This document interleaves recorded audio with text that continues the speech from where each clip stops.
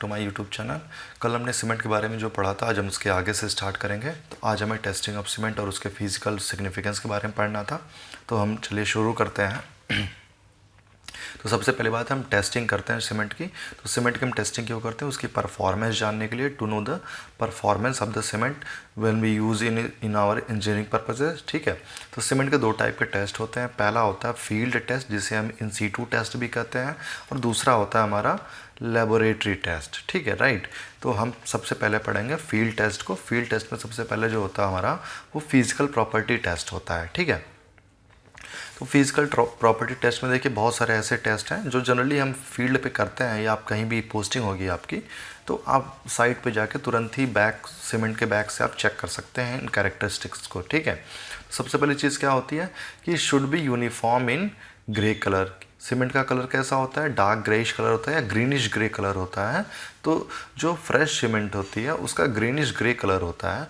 तो ये बिल्कुल यूनिफॉर्म होना चाहिए। ऐसा नहीं होना चाहिए कि कहीं बीच में कोई और कलर आ रहा है फिर ग्रेइश दिख रहा है, तो ये सीमेंट हम एक्सेप्ट नहीं करेंगे। ठीक है। फिर क्या है, जब हम उसको हाथ में लेके ऐसे ऐसे रब करें तो वो बिल्कुल स्मूथ होना चाहिए। हमारे मतलब उंगलियों के बीच में ना बिल्कुल रफनेस या इरिटेशन नहीं होनी चाहिए। वो बिल्कुल स्मूथ होना चाहिए, बिल्कुल टैल्कम या पाउडर्ड फॉर्म में होना चाहिए। ठीक है, ताकि हम उसको लंप के लिए चेक करते हैं। फिर क्या है, देखिए sample should be free from presence of air set lumps. कई बार क्या होता है कि एयर बैग हमारा लूज़ हो जाता है, जो सीमेंट का जो बैग होता है वो लूज़ कर जाता है, तो उसमें कहीं से इन्वायरमेंट से मॉइस्चर उसमें पेनिट्रेट कर जाती है।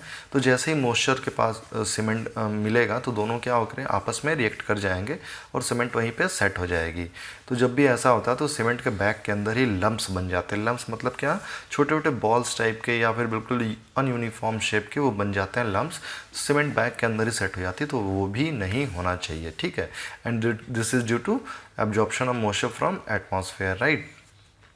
फिर क्या है, जो नेक्स्ट टेस्ट हम करते हैं, जैसे वो स्पेसिफिक ग्रेविटी का हमारा टेस्ट है, जो बेसिक हम फिजिकल टेस्ट कर सकते हैं।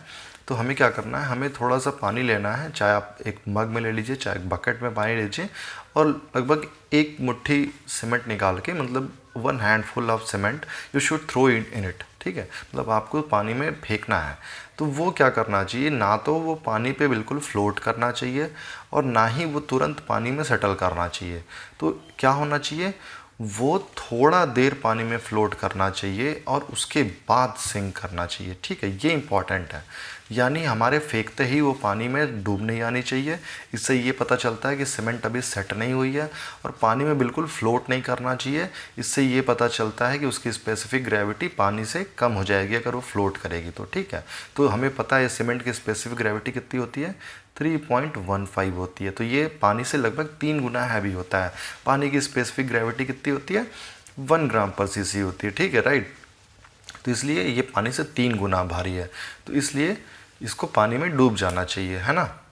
फिर हम बात करते हैं स्ट्रेंथ टेस्ट की। तो स्ट्रेंथ टेस्ट के लिए देखिए बहुत इंपॉर्टेंट है, एग्जाम में रिपीटेडली क्वेश्चन आता है सीमेंट के स्ट्रेंथ टेस्ट का, और 2 ही क्वेश्चन आते हैं। पहला तो ये कि जो ये ब्लॉक का साइज होता है ये क्या होता है, ये 25x25 इंटू 200 का होता है।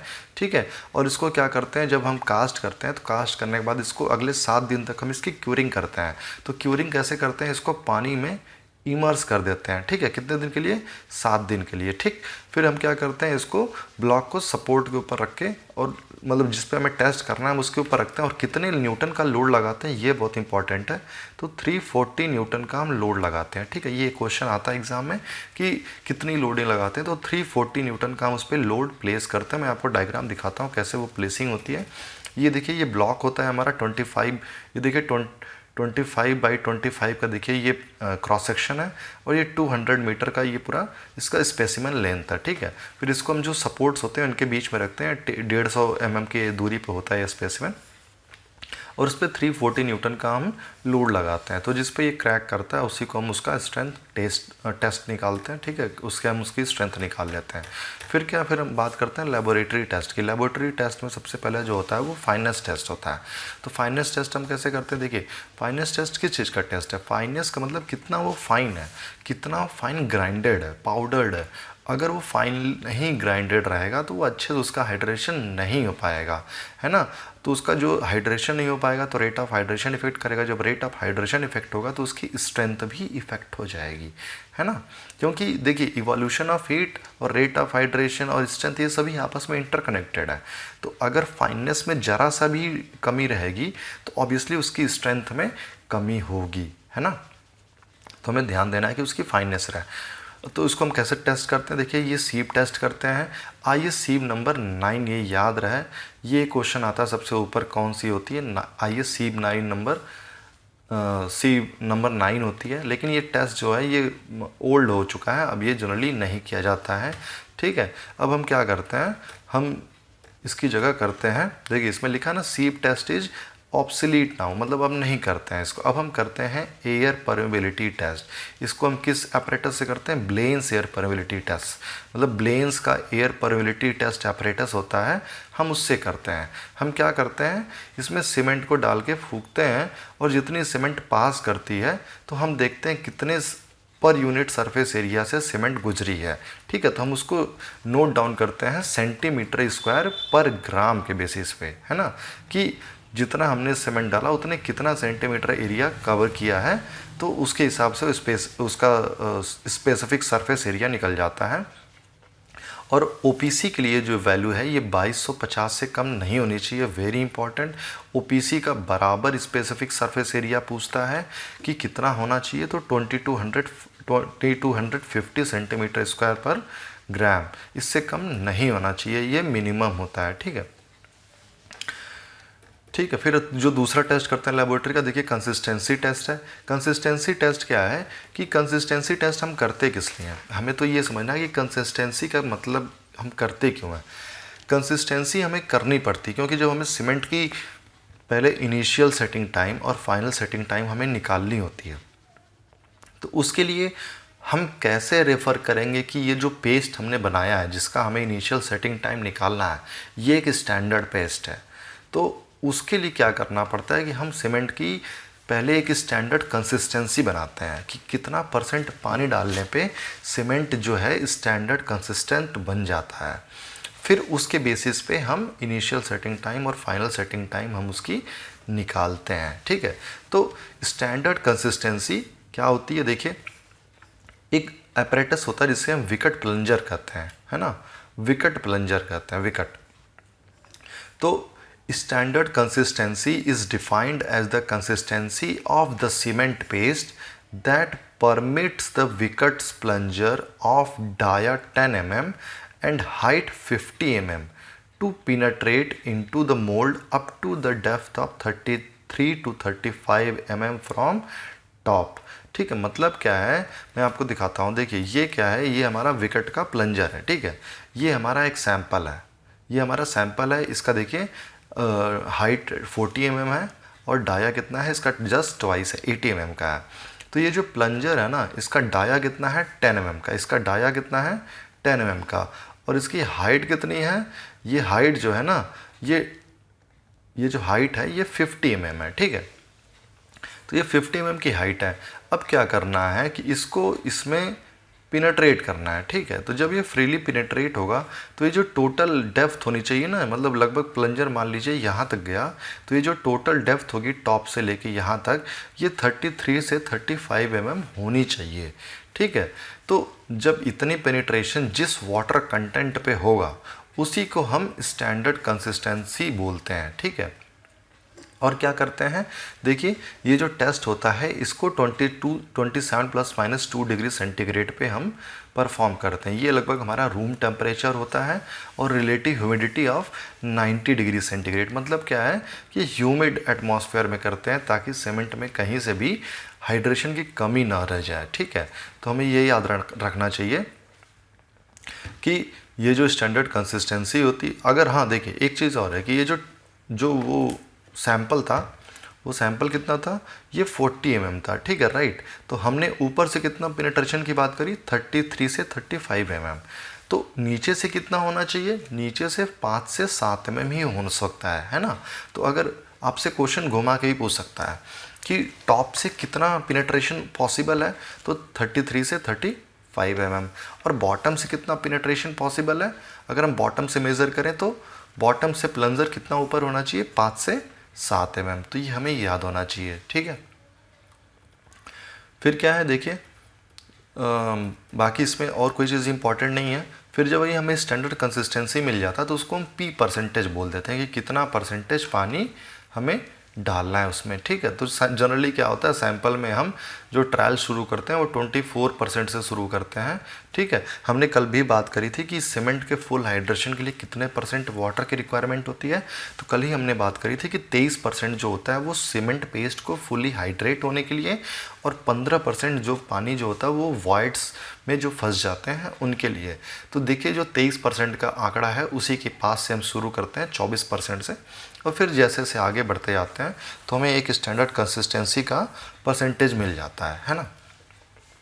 फिर हम आगे बढ़ते हैं कि देखिए फिर इनिशियल सेटिंग टाइम और फाइनल सेटिंग टाइम हम सेम चीज़ उसी सैंपल पे करते हैं, बस डिफरेंस क्या होता है, ये जो प्लंजर है ना ये बदल जाता है। देखिए स्टैंडर्ड कंसिस्टेंसी के लिए 10 mm का डाया का प्लंजर था, लेकिन जब हम इनिशियल सेटिंग टाइम निकालेंगे तो ये एक स्क्वायर नीडल हो जाएगी और उसका डाया कितना होगा, 1 mm का, ठीक है। तो जब ये 1 mm का हो जाएगा और स्क्वायर नीडल हो जाएगी तो हम क्या करेंगे, सेम सैंपल का 85% कंसिस्टेंसी पे हम परफॉर्म करेंगे। 85% का मतलब क्या है कि मान लीजिए कि P% पे स्टैंडर्ड कंसिस्टेंसी निकल के आई। P% क्या है, वाटर कंटेंट, मतलब हमने मान लीजिए कि 30% था, ठीक है। तो 30% वाटर जो था वो स्टैंडर्ड कंसिस्टेंसी निकल के आई, तो हमें क्या करना है उसका 85% मतलब 30% का 85% जितना भी पानी होगा तो उतने पानी से हम अलग से एक पेस्ट या सैंपल बनाएंगे, ठीक है। कितने, देखिए 0.85 P है ना। उस सैंपल पे फिर हम क्या करेंगे, 1 mm की स्क्वायर नीडल से विकट एपरेटस पे उसको टेस्ट करेंगे, ठीक। 1 mm के स्क्वायर नीडल की विकट एपरेटस से टेस्ट करेंगे और पिनेट्रेशन फिर से कितना देखेंगे, 33 से 35 mm, 33 to 35 mm from the top, ठीक है। तो फॉर OPC कल भी हमने देखा था जो इनिशियल सेटिंग टाइम होता है वो कितना होता है, 30 मिनट का, है ना। तो ये हमें पता चल जाएगा कि इनिशियल सेटिंग टाइम लगभग कितना आता है, ठीक। फिर क्या है, इसी तरीके से final setting time. Final setting time, अच्छा आप सोच रहे होंगे कि टाइम कैसे पता चल गया, है ना। तो देखिए इनिशियल सेटिंग टाइम क्या है कि वो टाइम जब हम 1 mm स्क्वायर नीडल से पिनेट्रेट करें तो 33 to 35 mm का पिनेट्रेशन हमें मिले, उस टाइम को हम इनिशियल सेटिंग टाइम बोलेंगे, ठीक है। इसीलिए इनिशियल सेटिंग टाइम हम पिनेट्रेशन से फाइंड आउट कर रहे हैं, ठीक है। इसी तरीके से जब हम फाइनल सेटिंग टाइम करेंगे तो हम सेम पेस्ट को, अब हम क्या करेंगे, हम नीडल बदल देंगे, 5 mm की एनुलर कॉलर नीडल रख देंगे, ठीक। एनुलर रिंग क्या होती है, देखिए ये बीच में ये रिंग रहेगी और यहाँ पे एक नीडल रहेगी, ठीक है। ये 5 mm का डाया करेगा, सेम विकट एपरेटस पे इसको लगाएंगे और सेम सैंपल बना के उस पर टेस्ट करेंगे हम। तो हम वो टाइम को काउंट करेंगे, देखिए विच नीडल तो उस पर क्या करें, मार्क बना दे, बट जो एनुलर रिंग है वो उस पर कोई इम्प्रेशन नहीं डाल पाए, ठीक है।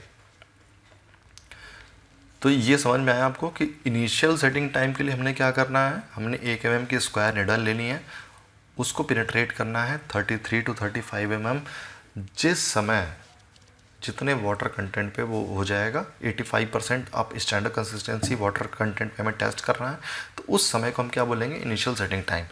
फाइनल सेटिंग टाइम के लिए हम नीडल को चेंज कर देंगे, हम 5 mm की एनुलर रिंग लेंगे और क्या करेंगे, उसके बीच में एक नीडल रहेगी, तो नीडल तो मार्क अपना डाल दे सैंपल पे, लेकिन रिंग अपना मार्क नहीं बना पाए, यहाँ पे पिनेट्रेशन नहीं करना है, तो उस टाइम को हम क्या बोलेंगे, फाइनल सेटिंग टाइम। तो OPC के लिए जनरली जो फाइनल सेटिंग टाइम होता है वो कितना होता है, 10 आवर्स का होता है, राइट। फिर हम बात करते हैं स्ट्रेंथ टेस्ट की। तो देखिए ये कंप्रेसिव स्ट्रेंथ टेस्ट करना है हमें। अब हम सीमेंट ब्लॉक का पूरा टेस्ट करेंगे, ठीक है। इसमें हमें क्या करना है, देखिए 1:3 के रेशियो में हम एन और सैंड इसमें मिलाते हैं, जिसको हम स्टैंडर्ड सैंड भी बोलते हैं। ठीक है, 1:3 के रेशियो में मतलब 1 पार्ट सीमेंट एंड 3 पार्ट एन और सैंड। ठीक है, इसको हम मिलाते हैं। तो जनरली इसका क्या होता है, ये 555 ग्राम एन और सैंड लेते हैं। ये भी कई बार एग्जाम में आ जाता है, नहीं तो जनरली ये प्रपोर्शन आता है और ये नेम आता है कि कौन सी सैंड हम इसमें मिलाते हैं। कंप्रेसिव स्ट्रेंथ टेस्ट के लिए ये ध्यान रहे, कंप्रेसिव स्ट्रेंथ टेस्ट के लिए कौन सी सैंड मिलाते हैं, एन और सैंड मिलाते हैं। किस रेशियो में, 1:3 के रेशियो में। ठीक है, फिर क्या करते हैं, देखिए यहाँ पे वाटर कितना प्रपोर्शन में डालते हैं, P/4 + 3%। ठीक, ये ध्यान रहे, P/4 + 3%। मतलब क्या है कि अगर स्टैंडर्ड कंसिस्टेंसी 30% थी तो 30/4 + 3%। ठीक है, मतलब इतना परसेंट हम पानी उस पेस्ट में डालेंगे और जो भी पेस्ट बनेगा उसको कितने mm के मोल्ड में भरेंगे, 70.6 mm। ठीक है, 70.6 mm का मोल्ड होता है। मतलब क्या है, ये देखिए लगभग 7.06 सेंटीमीटर है। तो इसका जो फेस एरिया आएगा, तो आपको पता है स्क्वायर का एरिया क्या होता है, A² होता है। तो 7.06 का स्क्वायर करेंगे आप तो एग्जैक्टली 50 सेंटीमीटर स्क्वायर आएगा। ठीक है, तो हमें ध्यान रखना है कि जो कंप्रेसिव स्ट्रेंथ का टेस्ट होता है वो 70.6 mm के मोल्ड पे किया जाता है और उसका जो एरिया होता है वो 50 सेंटीमीटर स्क्वायर आता है। ठीक है, फिर क्या है, प्रॉपरली कॉम्पैक्ट करते हैं और पानी में इमर्स कर देते हैं। ठीक है, फिर क्या है, सैंपल्स को हम किस पे टेस्ट करते हैं, यूनिवर्सल टेस्टिंग मशीन पे। आपको पता ही है कंप्रेसिव जो टेस्टिंग की जाती है मशीन होती है, उसके नीचे ब्लॉक को रखते हैं और तब तक लोड बढ़ाते रहते हैं जब तक कि उसमें पहला क्रैक अपीयर ना हो जाए, और मशीन से वो रीडिंग ले लेते हैं। तो हमें पता चल जाता है कि उसकी कितनी कंप्रेसिव स्ट्रेंथ है या उस ब्लॉक की कितनी कंप्रेसिव स्ट्रेंथ है। राइट, फिर हम बात करें टेंसाइल स्ट्रेंथ टेस्ट की। तो देखिए टेंसाइल स्ट्रेंथ टेस्ट भी परफॉर्म किया जाता है सीमेंट का निकालने के लिए, जबकि एक्चुअली में सीमेंट टेंसाइल में बहुत वीक होता है। तो टेंसाइल स्ट्रेंथ का कोई बहुत मायने नहीं है, लेकिन हमें पता होना चाहिए। ठीक है, काम इसमें सेम करते हैं, बस डिफरेंस ये है कि यहाँ पे मोल्ड के बजाय यहाँ पे ब्रिकेट में भरते हैं। ठीक है, ब्रिकेट में आपको भी दिखाता हूँ। ये देखिए, ये ब्रिकेट ऐसा दिखता है, इसमें भरते हैं। ठीक है, और फिर इसके बिल्कुल अप साइड से ये लोड लगाते हैं। ठीक है, ये देखिए यहाँ पे इसके एक अलॉन्ग डेप्थ लोड लगाते हैं और इसकी टेंसाइल स्ट्रेंथ निकल जाती है। तो ये बहुत इंपॉर्टेंट नहीं है, बट ये फार्मूला कई बार पूछ लिया जाता है हमसे कि अगर इतना लोड लगाया हमने तो कंक्रीट का में टेंसाइल स्ट्रेस कितना जनरेट हुआ होगा उसी स्पेसिमेन में। तो हमें यह फार्मूला याद होना चाहिए कि टेंसाइल स्ट्रेस कितना होगा, अल्टीमेट लोड जिस लोड पे वो क्रैक किया divided by 6.45 centimetre square. 6.45 centimetre square इसका क्रॉस सेक्शन एरिया होता है। राइट, तो ये हमें बहुत इजी से याद रहेगा। फिर हम बात करते हैं साउंडनेस टेस्ट की। साउंडनेस टेस्ट आपको पता है वॉल्यूम चेंज का टेस्ट होता है कि सीमेंट सैंपल में कितना वॉल्यूम चेंजेस हो सकता है।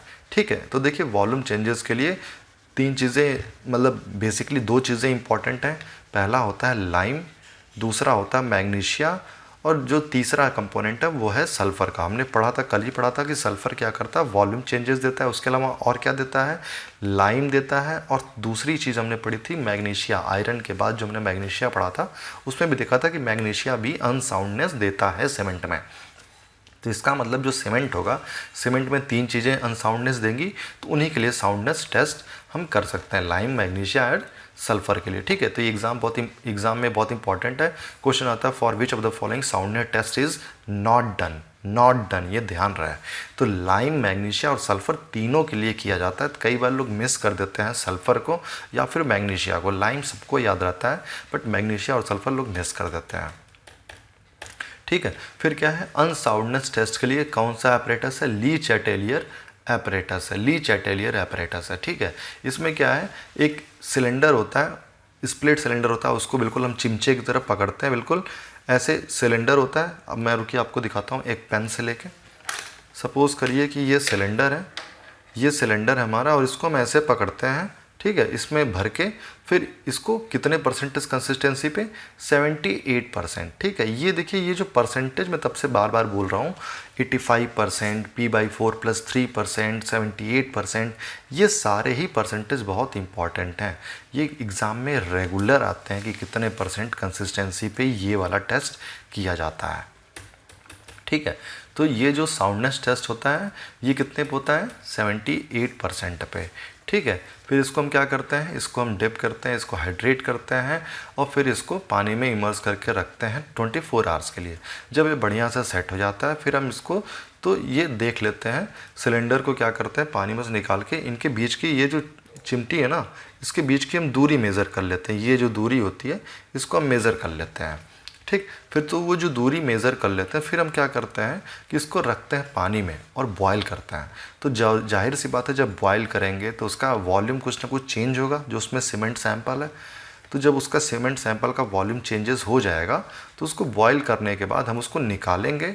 निकालने के बाद क्या करेंगे कि हम फिर से उन दोनों के बीच की डिस्टेंस को मेज़र करेंगे, और जो डिस्टेंस मेज़र होनी चाहिए वो दोनों, मतलब पहले का और बाद का, दोनों के बीच का डिफरेंस 10 mm से ज़्यादा नहीं होना चाहिए। ठीक है, तो ये इंपॉर्टेंट है कि लाइम से जो साउंडनेस टेस्ट हम करते हैं लाइम से, उसमें दोनों के बीच का इनिशियल रीडिंग और फाइनल रीडिंग के बीच का डिफरेंस कितना नहीं होना चाहिए, 10 mm से ज़्यादा नहीं होना चाहिए। देखिए ये बिल्कुल चिमटी की तरह है, इससे हम यही जो गैप होता है इसको मेज़र करते हैं पहले भी और बॉयल करने के बाद भी, तो दोनों के बीच में डिफरेंस 10 mm से ज़्यादा नहीं होना चाहिए। ठीक है, आई थिंक ईजी था।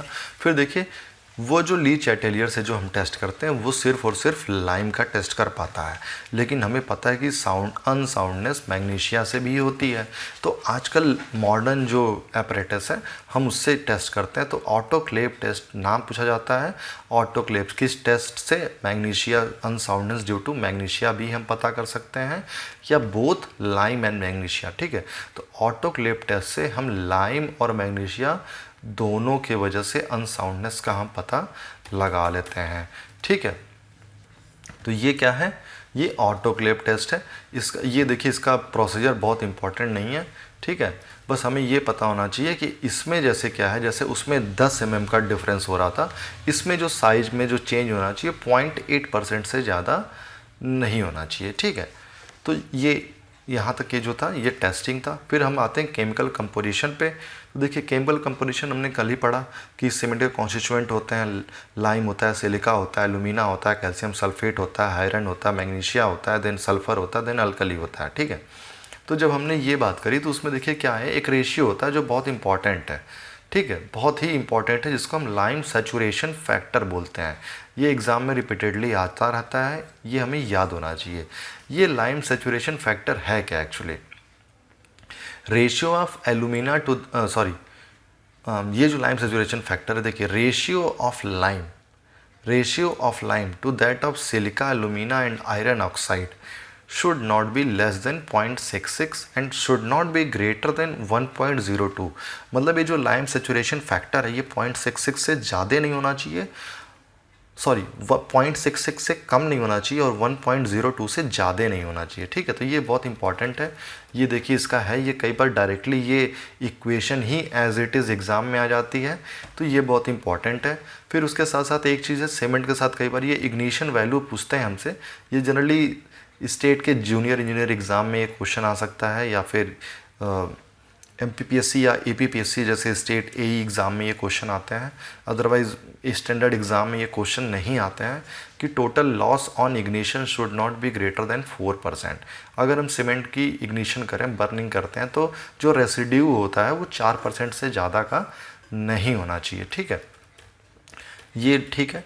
इसके अलावा और कोई चीज़ में इंपॉर्टेंट नहीं है, बाकी सारी बहुत सारी रैंडम वैल्यूज़ हैं, लेकिन सारी इंपॉर्टेंट नहीं होती हमारे एग्ज़ाम के लिए। तो आज का जो लेक्चर था ये हम एक बार रिवाइज़ करेंगे। हमने लगभग टॉपिक ख़त्म कर लिया है, जो सीमेंट की टेस्टिंग होती है हम उसको एक जनरली से बहुत तेज़ी से रिवाइज़ करेंगे और देखेंगे क्या क्या चीज़ें कैसे कैसे होती हैं। ठीक है, तो सबसे पहले हमने पढ़ा कि सीमेंट के जो टेस्ट फिज़िकल जो हम इन सीटू टेस्ट कर सकते हैं कौन कौन से होते हैं। सबसे पहला तो फिज़िकल अपीयरेंस होता कि उसका ग्रे कलर होना चाहिए, है ना, ग्रे कलर होना चाहिए। उसमें लम्प्स नहीं होने चाहिए, हमारे हाथ के बीच में बिल्कुल पाउडरी फॉर्म में होना चाहिए, टैल्कम फॉर्म में होना चाहिए। तीसरी चीज़ कि अगर हम उसमें कोई बैग को खोलें तो एयर सेट लम्प्स नहीं दिखने चाहिए। चौथी चीज़ क्या थी? चौथी चीज़ ये थी कि जब उसको हम पानी में फेंकें तो तुरंत डिप भी नहीं होनी चाहिए और लॉन्ग टर्म तक फ्लोट भी नहीं करनी चाहिए, थोड़ा सा फ्लोट करके फिर उसको सिंक कर जाना चाहिए, ठीक है, क्योंकि जब उसको पानी मिलेगा तभी तो वो हैवी होगी, वो और जल्दी से डिप कर जाएगी, ठीक है। तो ये हमारा फिजिकल अपीयरेंस टेस्ट था जो हम फिजिकली साइट पे जनरली करते हैं। और दूसरी चीज़, सीमेंट बहुत ज़्यादा पुरानी नहीं होनी चाहिए, ठीक है। उस पर सीमेंट की एक्सपायरी लिखी रहती है तो हमें बैग को चेक करना होता है, ठीक है। प्लस सीमेंट के बैग का कलर कोड होता है, हम उसको भी आगे देखेंगे, क्विक रिविजन्स करेंगे, कुछ इंटरव्यू क्वेश्चन और लैबोरेटरी क्वेश्चन और फील्ड क्वेश्चन देखेंगे, तो उसमें डिस्कस करेंगे कैसे हम सीमेंट को पहचान सकते हैं कि ये OPC है, PPC है, क्या है, उसको देखेंगे आगे, ठीक है। फिर उसके अलावा देखिए, फिर हम क्या कर सकते हैं, हमने स्ट्रेंथ टेस्ट का देखा कि उसका 340 न्यूटन का उस पर टेस्ट जो लोड लगता है वो 340 न्यूटन होता है, वो 25/25 200 का ब्लॉक होता है, उसको ऐसे करते हैं, ठीक है। फिर फाइनेस्ट टेस्ट हमने देखा कि जो पुराना है, जो सीब नंबर 9 लगती थी, अब वो ऑब्सोलीट हो गया है, तो अब उसे यूज़ नहीं करते हैं। अब हम Blaine's air permeability method use करते हैं और स्पेसिफिक सरफेस एरिया मेज़र करते हैं, और OPC के लिए कितना होना चाहिए मिनिमम 2250 सेंटीमीटर स्क्वायर पर ग्राम होना चाहिए, ठीक है, ये इंपॉर्टेंट है। फिर क्या हमने कंसिस्टेंसी देखा। कंसिस्टेंसी क्या है? कंसिस्टेंसी वो वाटर कंटेंट है जिसपे विकट एपरेटस पे 10 mm डाया प्लंजर से 33 to 35 mm का पिनेट्रेशन हमें मिले फ्रॉम द टॉप, ठीक है। ये स्टैंडर्ड कंसिस्टेंसी की डेफिनेशन है, ये बहुत इंपॉर्टेंट है और ये याद रहनी चाहिए। फिर अगला पॉइंट है कि इनिशियल सेटिंग टाइम कैसे निकालते हैं, तो हम 85% ऑफ स्टैंडर्ड कंसिस्टेंसी से उसको गेज करते हैं, ठीक है। और क्या करते हैं, 1 mm की स्क्वायर निडल से 33 to 35 mm का पिनेट्रेशन होना चाहिए। तो जिस समय पे इतना पिनेट्रेशन मिलेगा वो क्या हो जाएगा, इनिशियल सेटिंग टाइम हो जाएगा। फाइनल सेटिंग टाइम के लिए 5 mm की एनुलर रिंग लगाते हैं जिसके बीच में नीडल होती है, और उसी सैंपल पे हम लगाते हैं। तो नीडल का तो मार्क आना चाहिए बट रिंग का मार्क नहीं आना चाहिए, ठीक है। फिर हम बात करते हैं, तो ये हमने देख लिया। फिर OPC का फाइनल सेटिंग टाइम 10 घंटे से ज़्यादा नहीं होना चाहिए, ठीक है, या 10 घंटे से मिनिमम नहीं होना चाहिए, 10 घंटे होना ही चाहिए। कंप्रेसिव स्ट्रेंथ टेस्ट की बात करें तो देखिए, एन और सैंड मिलाते हैं, 1:3 का रेशियो होता है। कंप्रेसिव टेस्टिंग मशीन में टेस्ट करते हैं, और जो मोल्ड होता है वो 70.6 mm का होता है, 50 सेंटीमीटर स्क्वायर फेस एरिया होता है, ठीक है, ये याद रहे। और कितने परसेंट पे, P/4 + 3% पे, ठीक है। टेंसाइल स्ट्रेंथ टेस्ट हम करते हैं ब्रैकेट्स में करते हैं, ठीक है, ब्रैकेट्स में, और उसका फॉर्मूला क्या होता है, अल्टीमेट लोड, जिस लोड पे वो ब्रैकेट क्रैक करेगा, डिवाइडेड बाय 6.45, ठीक है। तो ये क्या आ जाएगा, ये न्यूटन पर सेंटीमीटर आ जाएगा, ये ध्यान रहे, ठीक है। या ये केजी पर सेंटीमीटर स्क्वायर में आएगा क्योंकि अल्टीमेट लोड वहाँ केजी में मीटर हो रहा होगा, ठीक है। फिर हम साउंडनेस टेस्ट की बात करें तो साउंडनेस वॉल्यूम चेंजेस के लिए लाइम, मैग्नीशिया और सल्फर, तो पहला जो लीच या टेलियर एपरेटस है उससे करते हैं, तो सिर्फ और सिर्फ लाइम की हम पता कर सकते हैं। तो initial difference between the 2 arms और final distance between the 2 arms, इन दोनों रीडिंग का डिफरेंस 10 mm से ज़्यादा नहीं होना चाहिए, ठीक है। और इसको 78% कंसिस्टेंसी पे गेज करते हैं, ठीक। फिर हम फाइनल सेटिंग टाइम की ऑटोक्लेव टेस्ट करते हैं। उसमें ऑटोक्लेव टेस्ट हम लाइम और मैग्नीशिया दोनों के लिए सेंसिटिव है, दोनों बता सकता है। उसमें जो है डिफरेंस 0.8% से ज़्यादा नहीं होना चाहिए। केमिकल कंपोजिशन टेस्ट की बात करें तो लाइम सेचुरेशन फैक्टर जो है वो ratio of lime to the alumina, silica और आयरन ऑक्साइड होता है। ये याद रहना चाहिए, स्टेटमेंट लिख के आती है डिट्टो कि lime saturation factor is the ratio of lime to the silica, alumina and iron oxide. ये याद रहना चाहिए। मिनिमम कितना होना चाहिए, 0.66 से कम नहीं होना चाहिए और 0.02 से ज़्यादा नहीं होना चाहिए, ठीक है। और जो रेसिड्यू है, जो बर्निंग रेसिड्यू, वो 4% से ज़्यादा नहीं होना चाहिए, ठीक है। तो यहाँ तक का ये हमारा टॉपिक कवर हो गया है।